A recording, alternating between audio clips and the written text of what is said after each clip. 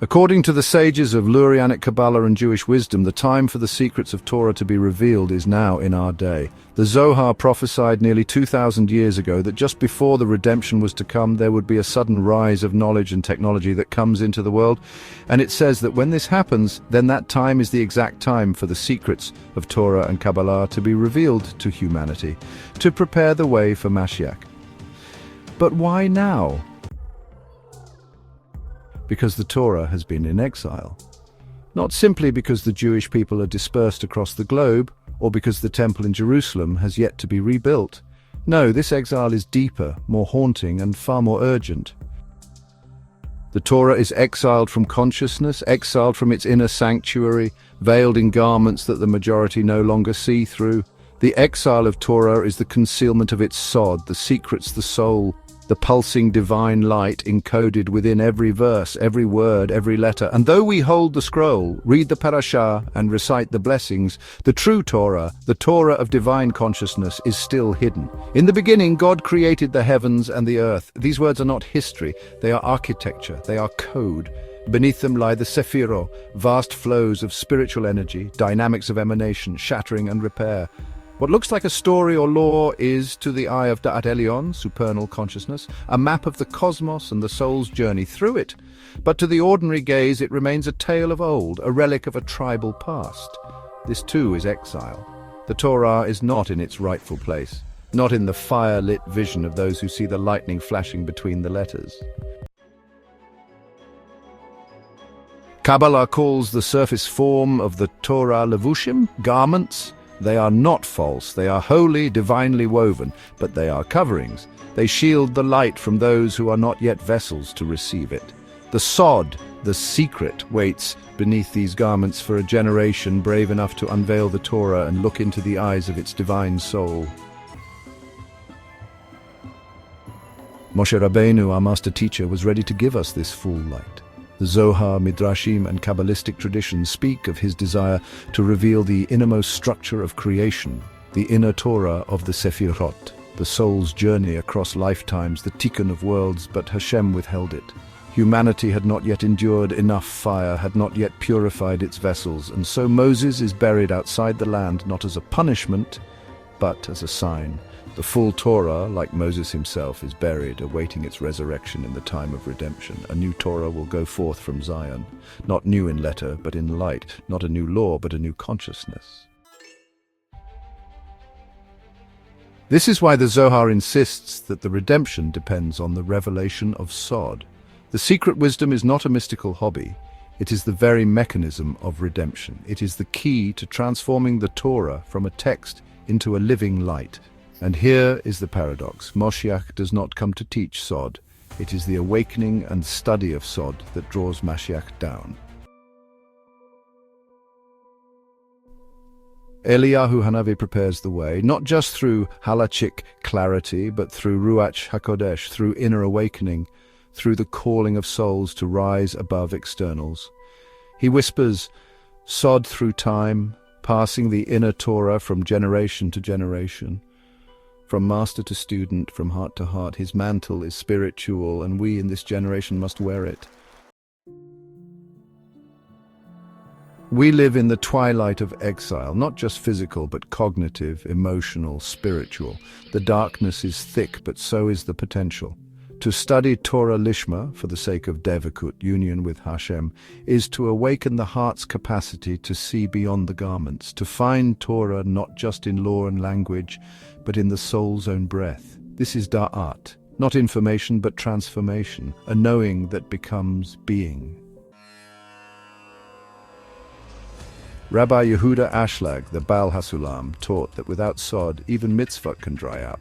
But with it, every mitzvah is a rung of ascent, every law a key, every verse a doorway to the chambers of the king. With Sod, the Torah becomes a ladder to the infinite. Each step one takes, the soul climbs closer to its divine origin. But this vision does not stop at the Torah text. The Lurianic Kabbalah tells us that all creation is in exile. The entire cosmos is a shattered vessel, hiding divine sparks within the husks, kelipot of form and distortion. Every culture, idea, song, even every mistake can contain within it a shard of holy light. Even man-made religions like Christianity, for example, though it was born in theological error, still may hold within it a core of longing, of misdirected yearning. The outer layers are thick kelipa, husks of impurity, but the inner heart, millions of souls pouring out prayers, acts of kindness, longing for the divine. This is not to be dismissed. This is to be understood.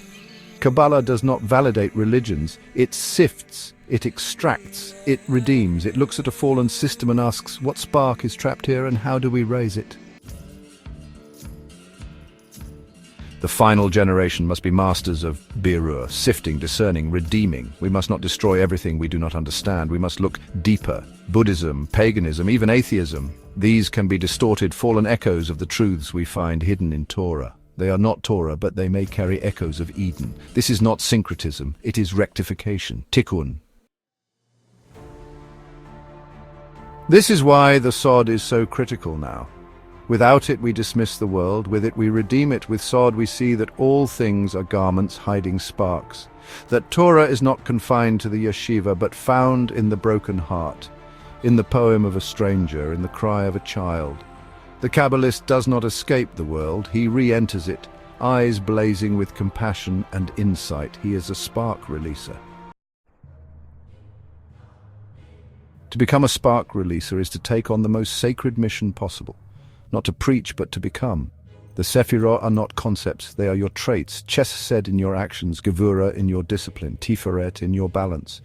The divine names are not to be spoken alone, they are to be lived. Hashem in your breath, Elohim in your discernment, Ehyeh in your becoming.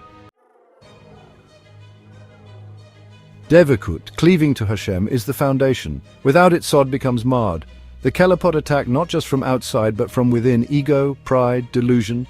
The more light you hold, the more temptation will follow. That's why this path begins with awe of Hashem. Yira, a trembling before the infinite, and from awe it moves to love, ahava, not for reward, but because the beloved calls you. Study is essential, but it is not academic. You must eat the words, pray them. Let the Zohar, the Ari, Ramchal, and Baal Hasulam not be scholars on your shelf, but voices in your soul. Meditate, weep, fast, rejoice, until the Torah is not in your mind, but in your very being and essence, and then perception changes. The Kabbalist sees differently. The letters vibrate within trees. The divine names shimmer in conversations. Sparks call out from the broken places. The Kabbalist does not hate the world. He loves it with holy fire because he sees what it is meant to be. Each moment becomes Avodat HaKodesh, holy service.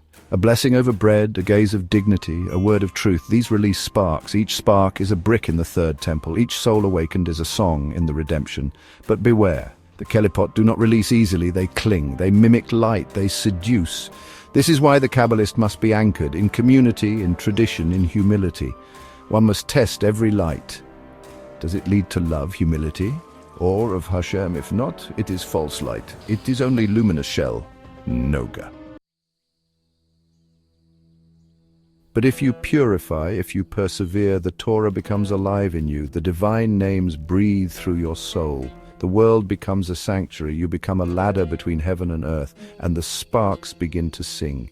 This is the final tikkun, to make the whole world a mikdash, a holy dwelling, not just in Jerusalem, but in the market, the street, the stranger's smile. Every redeemed spark is a step toward uniting the divine name.